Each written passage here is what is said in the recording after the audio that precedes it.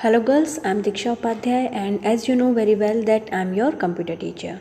So girls, I hope you all have studied whatever I taught you in my previous video. So girls, in our previous video we have started our chapter number 3rd, name is word processor. Okay, हम लोगों ने हमारी जो previous video थी उसमें हम लोगों ने हमारा chapter number 3rd जो था वर्ड प्रोसेसर एंड इंट्रोडक्शन उसको हम लोगों ने स्टार्ट किया था। तो ये उसी चैप्टर का पार्ट 2 मैं अब आप लोगों के साथ उसकी वीडियो शेयर करने जा रही हूँ। तो आई होप कि आप लोगों को जो पार्ट 1 था वो अच्छे से समझ में आ गया होगा। हम लोगों ने वर्ड प्रोसेसर एंड इंट्रोडक्शन जो हमारा चैप्टर नंबर 3 था उसके फर्स्ट पार्ट में हम लोगों ने क्या समझा था, हम लोगों ने माइक्रोसॉफ्ट वर्ड को समझा था कि माइक्रोसॉफ्ट वर्ड क्या होता है, ठीक है। एज वेल एज हमने माइक्रोसॉफ्ट वर्ड के कुछ फीचर्स को पढ़ा था। Now in this video we will discuss about some more important things about Microsoft Word. So girls, let's start our chapter number 3rd, Microsoft Word और Word Processor and Introduction. So girls, सबसे पहले हम लोग ये जान लेते हैं कि माइक्रोसॉफ्ट वर्ड जो है, ठीक है, हमारा उसको हम लोग ओपन कैसे करते हैं। तो सबसे पहले हम लोगों को क्या करना है, सबसे पहले हम लोगों को स्टार्ट बटन पे क्लिक करना है। स्टार्ट बटन पे क्लिक करने के बाद हम लोगों को क्लिक ऑन ऑल प्रोग्राम्स, सारे प्रोग्राम्स को हम लोगों को क्लिक करना है। Then click on Microsoft Office. हमें माइक्रोसॉफ्ट ऑफिस 2000 माइक्रोसॉफ्ट ऑफिस हमें सबसे पहले दिखाई देगा। देन हमको उसमें से सिलेक्ट करना है माइक्रोसॉफ्ट वर्ड 2010, ठीक है। तो जैसे ही हम लोग माइक्रोसॉफ्ट वर्ड 2010 को सिलेक्ट करेंगे तो माइक्रोसॉफ्ट वर्ड जो है वो ओपन हो जाएगा, ठीक है। तो ये जो प्रोसेस थी, ये प्रोसेस थी starting Microsoft word 2010। Microsoft word 2010 को स्टार्ट करने की ये प्रोसेस थी। आई होप आप सभी को ये समझ में आ गया होगा। जब भी आप लोग प्रैक्टिकल करेंगे इसका तो आप लोग इसी तरीके से माइक्रोसॉफ्ट वर्ड जो है उसे ओपन करेंगे, ओके। सो गर्ल्स, सबसे पहले हम लोग ये जान लेते हैं कि माइक्रोसॉफ्ट वर्ड 2010 जो होता है उसके कंपोनेंट्स क्या होते हैं, ठीक है। माइक्रोसॉफ्ट वर्ड एक एप्लीकेशन विंडो है, ठीक है। माइक्रोसॉफ्ट वर्ड जो है वो एक एप्लीकेशन विंडो होती है जिसको टेम्प्रेरी डॉक्यूमेंट 1 के नाम से एक ब्लैंक डॉक्यूमेंट हम लोगों को इसमें दिखाई देता है, जिसमें स्मॉल हमको वर्टिकल लाइन दिखती है, जैसा कि आप लोगों ने स्क्रीन पर नोटिस आप लोगों ने किया होगा इसको देखकर। तो ये जो वर्टिकल लाइन होती है इसको इंसर्शन पॉइंट बोलते हैं, ठीक है, ऑफ द कर्सर का इंसर्शन पॉइंट होता है ये। और ये हम लोगों को इंडिकेट करता है पोजीशन को, जहाँ पर भी हम लोग हमारा नेक्स्ट कैरेक्टर कोई भी टाइप करने वाले रहते हैं वो हमको यहाँ पर अपीयर हो जाता है, ठीक है। जो open application window Microsoft word की होती है, ठीक है। तो 2 विंडोज़ हम लोगों को स्क्रीन पर दिखती हैं। जो बड़ी विंडो होती है उसको एप्लीकेशन विंडो कहा जाता है और जो छोटी विंडो होती है इसके अंदर that is called our document window, उसको डॉक्यूमेंट विंडो कहा जाता है। जो एप्लीकेशन विंडो होती है वो हेल्प करती है यूज़र को MS वर्ड प्रोग्राम जो भी हमारा होता है कि MS वर्ड प्रोग्राम से कम्युनिकेट करने के लिए एप्लीकेशन विंडो हेल्प करती है। एज वेल एज जो डॉक्यूमेंट विंडो होती है वो हम लोग यूज़ करते हैं टाइप करने के लिए, एडिट करने के लिए, एज वेल एज किसी भी पर्टिकुलर टेक्स्ट को फॉर्मेट करने के लिए उसका यूज़ किया जाता है। सो गर्ल्स, माइक्रोसॉफ्ट वर्ड को समझने के लिए हम लोगों को क्या करना रहेगा, सबसे पहले बेटा जो आप लोगों को एक इमेज दिख रही है आपके मोबाइल की स्क्रीन पर, हम लोगों को इसको थोड़ा सा डिटेल में इसकी स्टडी हम लोगों को करना रहेगी, ठीक है। तो जैसा कि आप लोग देख सकते हैं कि आप लोगों को एक विंडो दिखाई दे रही है, तो ये माइक्रोसॉफ्ट वर्ड की विंडो होती है, ठीक है। अब हम लोग इसको कुछ डिटेल में इसके बारे में पढ़ेंगे। सबसे पहले टाइटल बार के बारे में पढ़ें। तो टाइटल बार जो होती है बेटा वो स्क्रीन के टॉप पे हमें दिखाई देती है। करंट में जो भी हमारा डॉक्यूमेंट होता है, हमारी एप्लीकेशन जो भी होती है, तो जो भी हमारा डॉक्यूमेंट होता है तो वो हमको सेंटर में उसका नाम शो करता है, ठीक है, टाइटल बार जो है। देन मिनिमाइज, मैक्सिमाइज और क्लोज बटन जो होते हैं वो भी टाइटल बार के राइट साइड पे हमको दिख जाते हैं। Then quick access tool bar, quick access tool bar जो होती है ये टाइटल बार के बिल्कुल नज़दीक ही ये हमें दिखाई देती है, ठीक है। तो इसमें क्या होता है, it contains button for the most frequently used command, मतलब कि जो मोस्ट फ्रिक्वेंटली कमांड यूज़ की जाती है उसके बटन्स इसमें होते हैं, जैसे कि सेव, अंडू, रीडू, ठीक है। ये सारी कमांड हम लोगों को क्विक एक्सेस टूल बार पर हम लोगों को अपीयर होती है और हम लोग हमारी नीड के according quick access tool bar में और भी हम लोग कमांड्स को इसमें ऐड कर सकते हैं।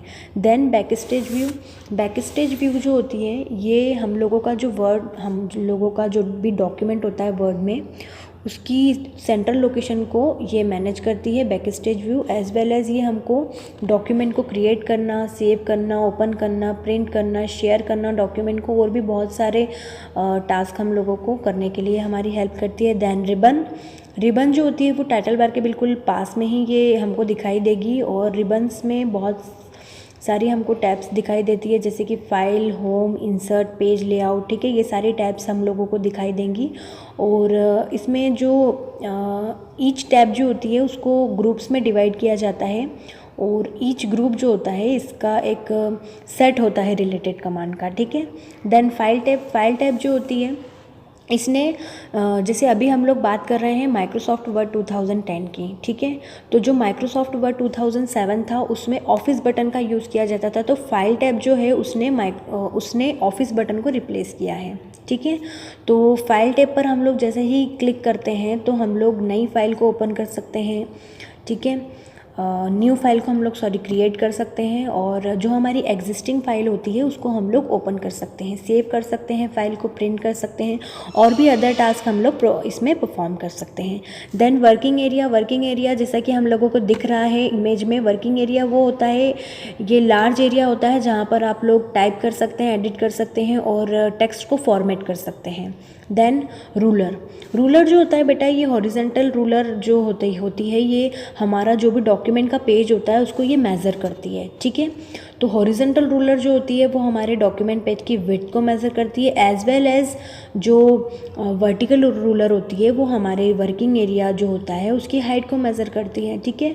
और जो भी हम लोगों को मार्जिन सेटिंग करनी होती है, टैब सेटिंग करनी होती है, ये सारी सेटिंग हम लोग रूलर की हेल्प से करते हैं। Then status bar, it display the page number of words, zoom option etcetera. जो स्टेटस बार होती है ये हम लोगों को पेज नंबर बताती है, और कितने वर्ड्स हम लोगों ने यूज़ करें वो हमें बताती है, एज वेल एज जूम का ऑप्शन भी हमें स्टेटस बार में दिखता है। देन हम लोग बात करेंगे स्क्रॉल बार्स की। There are 2 scroll bars in the word window में क्या होता है बेटा कि 2 हम लोगों को स्क्रॉल बार दिखाई देती है, जो एक तो वर्टिकल स्क्रॉल बार जो कि हम लोगों को डॉक्यूमेंट विंडो के राइट में दिखती है, देन हॉरिजॉन्टल स्क्रॉल बार जो कि डॉक्यूमेंट विंडो के बॉटम में प्रेजेंट होती है, ठीक है। तो you can move the screen display towards right और left using the horizontal scroll bar and scroll it up and down with the help of the vertical scroll bar, ठीक है।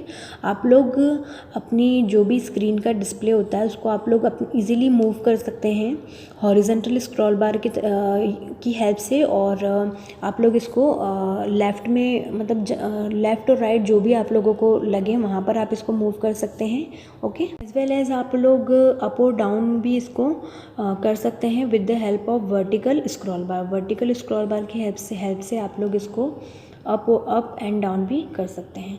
तो ये जो था ये हम लोगों ने माइक्रोसॉफ्ट वर्ड 2010 के कुछ कंपोनेंट्स पढ़े थे बेटा। इसी के साथ साथ एप्लीकेशन विंडो, डॉक्यूमेंट विंडो में आप लोगों को पहले ही बता चुकी हूँ कि एप्लीकेशन विंडो और डॉक्यूमेंट विंडो क्या होती है, एंड आई होप आप लोगों को ये क्लियरली अंडरस्टूड हो गया होगा। So girls, for creating a new document, simply click on the file tab and select the new option, the backstage view appears, okay। सबसे पहले हम लोगों को क्या करना है, फाइल टैब पे हमको क्लिक करना है, देन हमें न्यू ऑप्शन जो हमें दिखाई देगा वहाँ पर हमको उसको सिलेक्ट करना है, देन बैकस्टेज व्यू हमें अपीयर होगा।